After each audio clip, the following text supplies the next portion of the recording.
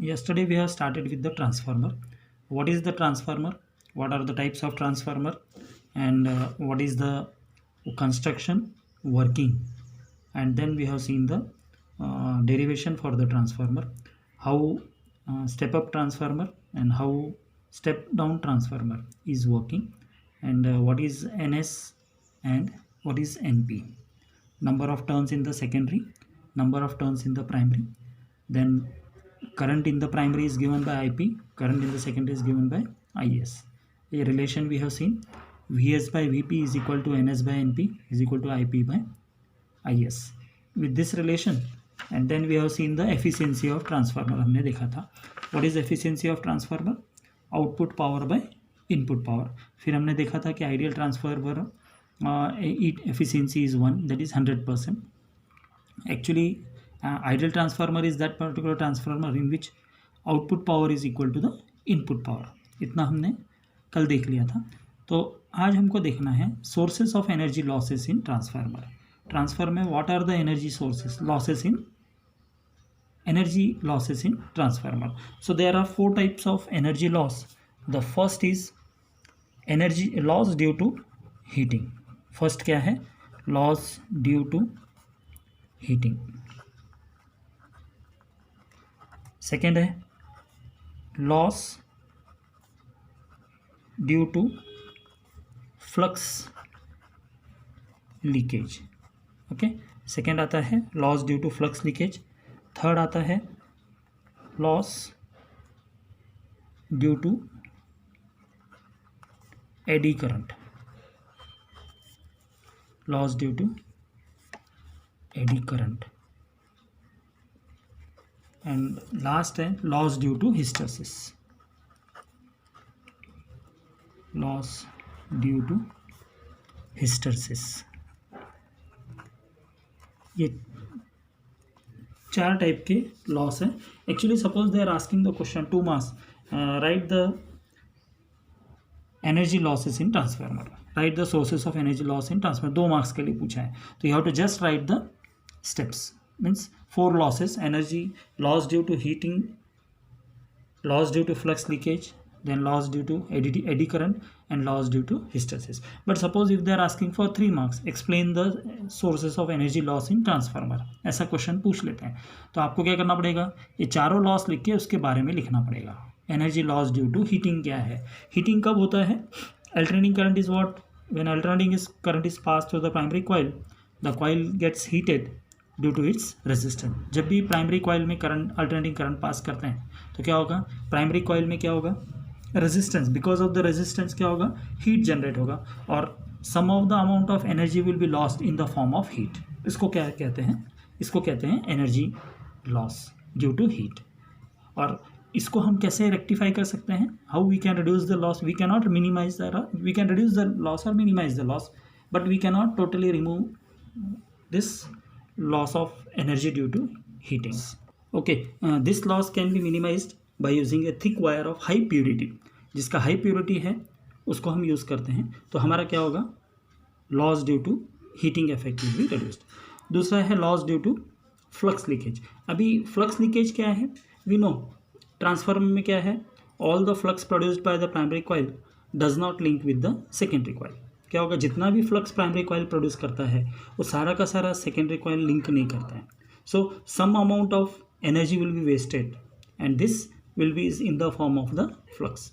और ये जो फ्लक्स लॉस है इसको हम रिड्यूस कर सकते हैं, मिनिमाइज कर सकते हैं bye using the winding coils one over the other. जो वाइंडिंग कॉइल्स है एक दूसरे के ऊपर अगर हम लपेट दिए वन ओवर द अदर, तो ये एनर्जी लॉस हम इसको कंट्रोल कर सकते हैं. किसका है?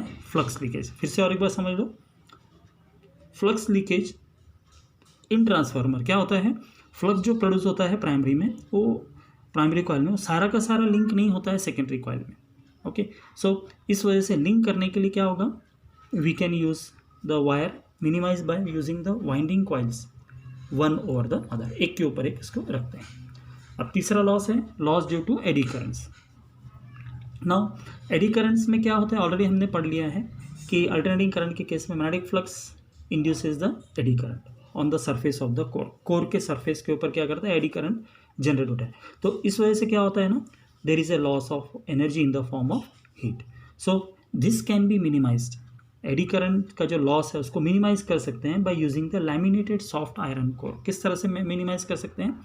लैमिनेटेड सॉफ्ट आयरन कोर जो है उसको लैमिनेटेड यूज़ करेंगे तो क्या होगा, एडी करंट रिड्यूस हो जाएगा, तो loss of eddy current will be reduced.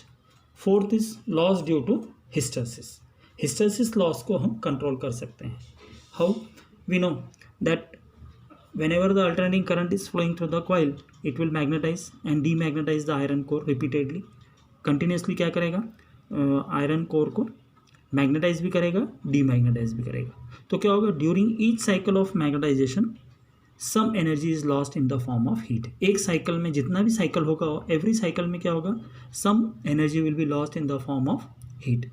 This loss can be selected और minimized by using the selecting the materials which has low hysteresis loss। ऐसे मटेरियल को यूज़ करेंगे जिसके अंदर लो हिस्टैरिसीस लॉस है। तो इस तरह से 4 इसका पॉइंट्स लिखना है। किसके लिए? Sources of energy losses in the transformer. This completes your topic. Last topic है 7.8, ये अभी आज हमारा ख़त्म हो गया। अभी इस चैप्टर में numerical problem is very important. So one numerical problem is expected every year. So numerical problem के लिए we have to see the first we'll start with the CET synopsis. CET synopsis में हम क्या देखेंगे? We will see all the formulas whatever we have studied in this particular chapter. तो first CET synopsis.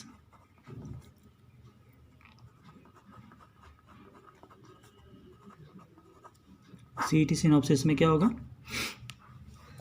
First is I is equal to I naught sin omega t. What is I naught? I naught is the peak value of current, omega is the angular frequency, t is the time. So I is the alternating current. Similarly, V is equal to V naught sin omega t, where V naught is the peak value of voltage, omega is the angular frequency. Okay, so I naught and V naught is what? Peak value of current and voltages. Omega is what? Angular frequency. Clear? Next is mean value of alternating current. So mean value of alternating current is given by, denoted by Im. It is denoted by 2 by pi I naught. 2 by pi I naught. So what is 2 by pi? We know 2 by pi can be written as 0.637 into I naught। ये क्या हो गया? ये किसके लिए है? For the positive half cycle, positive half cycle of AC। Okay, mean value of current for the full value, full complete cycle will in AC will become what? 0। Clear हो गया? ये half value of half cycle of AC के लिए ये value 2 by pi into I naught, 2 by pi into I। Okay, तो Im is equal to 2 by pi I naught is equal to 0.637 I naught। Similarly Vm, mean value of voltage, Vm is equal to what? 2 by pi into V naught. So 2 by pi into V naught, this will become what? 0.637 V naught. This is again for half cycle of AC. V naught, Vm and Im both are for the half cycle of an AC only. For one complete cycle क्या हो जाएगा? Mean value will be 0 for alternating current. Okay, फिर similarly RMS value. Next is RMS value.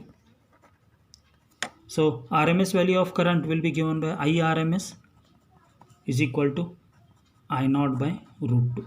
Means general formula is given RMS value by peak value of √2। ये किसके लिए है? ये current के लिए। तो वोल्टेज के लिए क्या होगा? VRMS क्या होगा? VRMS will be equal to V naught by √2। Okay, बाकी का सेकेंड वीडियो